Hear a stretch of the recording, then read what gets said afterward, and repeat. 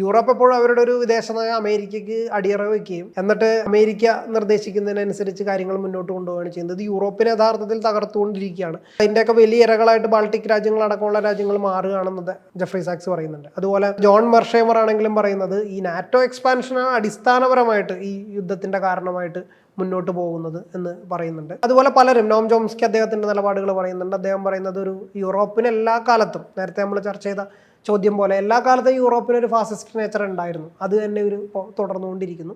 ഇത് പുട്ടിനെ പലരും ഇവർ പ്രത്യക്ഷത്തിൽ ഇവർ പിന്തുണയ്ക്കുന്നൊന്നുമില്ല. പക്ഷേ എന്നാൽ തന്നെയും പുട്ടിൻ അല്ല യഥാർത്ഥത്തിൽ ഈ യുദ്ധം തുടങ്ങിയത് എന്ന് പറഞ്ഞിട്ടുള്ള ഒരു ആർഗ്യുമെന്റ് ഈ പ്രധാനപ്പെട്ട പല സ്കോളേഴ്സുമാണ് പറയുന്നത്. അതിൽ മറുവാദങ്ങൾ പറയുന്ന പല ആളുകളുണ്ട്. ഇപ്പോൾ തിമോത്തി സ്നൈഡർ പോലെയുള്ള അമേരിക്കൻ സ്കോളേഴ്സ്, അദ്ദേഹം പറയുന്ന ഒരു കാര്യം, യുദ്ധം എന്ന് പറയുന്നത് യുക്രൈന് മേലുള്ള ഒരു കടന്നുകയറ്റമാണ്. അപ്പോൾ അദ്ദേഹത്തിന് ഇപ്പോൾ നാറ്റോ എക്സ്പാൻഷനോ അല്ലെങ്കിൽ ഇപ്പോൾ ഈ മിനറൽ ഡീൽ ഇപ്പോൾ നടന്നുകൊണ്ടിരിക്കുന്ന അതിൻ്റെ സംബന്ധിച്ചിട്ടുള്ള ചൂഷണമോ അല്ലെങ്കിൽ ഈ പറയുന്ന ഈസ്റ്റേൺ യൂറോപ്യൻ രാജ്യങ്ങളിലെ കലുഷിതമായിട്ടുള്ള പ്രശ്നങ്ങളോ ഒന്നും അല്ല പലപ്പോഴും അദ്ദേഹം അഭിസംബോധന ചെയ്യാൻ ശ്രമിക്കുന്നത്. അദ്ദേഹം പറയുന്നത് എല്ലാം ഒരു ഡെമോക്രാറ്റിക് റൈറ്റ് ആയിട്ടാണ് അദ്ദേഹം കാണുന്നത്. നാറ്റോയിൽ അംഗമാവുക, യൂറോപ്യൻ യൂണിയനിൽ അംഗമാവുക, ഇത് ഞങ്ങൾ തീരുമാനിക്കുന്ന പോലെയാണ്. എന്നാൽ ഇത് യുക്രൈൻ അകത്ത് നടക്കുന്ന ഈ ഭരണകൂടങ്ങളുടെ മാറ്റമോ അല്ലെങ്കിൽ ഇത്രയും കലുഷിതമായിട്ടുള്ള പ്രശ്നങ്ങളോ ഇതെല്ലാം വളരെ സ്റ്റേജ്ഡ് ആയിട്ടുള്ള പല രീതിയിൽ അവതരിപ്പിക്കപ്പെടുന്നതിനൊന്നും ഈ പറയുന്ന വെസ്റ്റേൺ സ്കോളേഴ്സ് പലരും അതിനെ അഡ്രസ്സ് ചെയ്യുന്നതായിട്ട് കാണുന്നില്ല.